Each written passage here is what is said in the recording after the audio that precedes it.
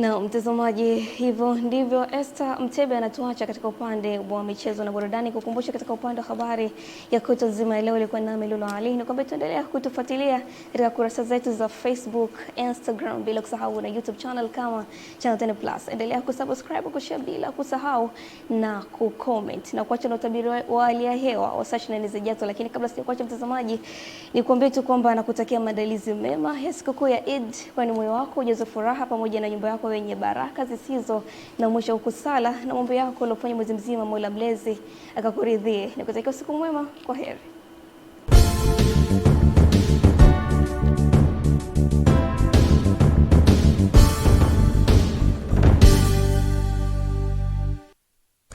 Mamlaka ya hali ya hewa Tanzania inakuletea utabiri ambao ni wa saa 24 zijazo kuanzia saa 3 usiku wa leo.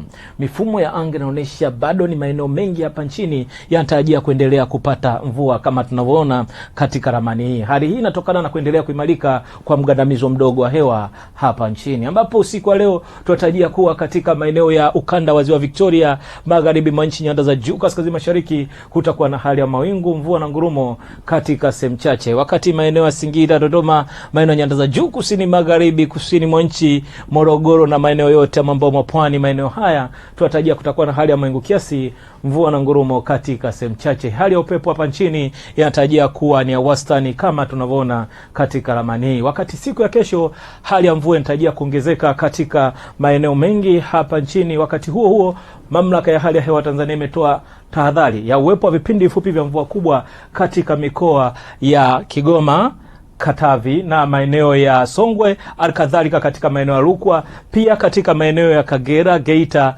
Mwanza, Simiyu, Mara na maeneo ya Arusha, Manyara, Kilimanjaro, alikadhalika katika maeneo ya Tanga, visiwa vya Unguja na Pemba, jiji la Dar es Salaam na mkoa wa Pwani. Hivyo wakazi wa maeneo hayo ni vema kuchukua hatua stahiki kutokana na kuwepo kwa vipindi vifupi vya mvua kubwa katika maeneo hayo niliyoyataja. Wakati huo huo, katika maeneo ya Tabora na maeneo ya Singida, Dodoma, maeneo haya tunatarajia kutakuwa na hali ya mawingu, mvua na ngurumo katika sehemu chache, wakati maeneo ya Shinyanga, maeneo ya Mbeya na yale maeneo ya Iringa, Njombe, Ruvuma, Morogoro, Lindi na Mtwara kutakuwa na hali ya mawingu, mvua na ngurumo katika baadhi ya maeneo. Na matazamio na kwa siku ya kesho kutwa tunatarajia kuwa hali ya mvua inatarajia kuendelea kunyesha katika maeneo mengi hapa nchini. Kutoka mamlaka ya hali ya hewa Tanzania, jina langu ninaitwa Tunza Sanane. Asante na usiku mwema.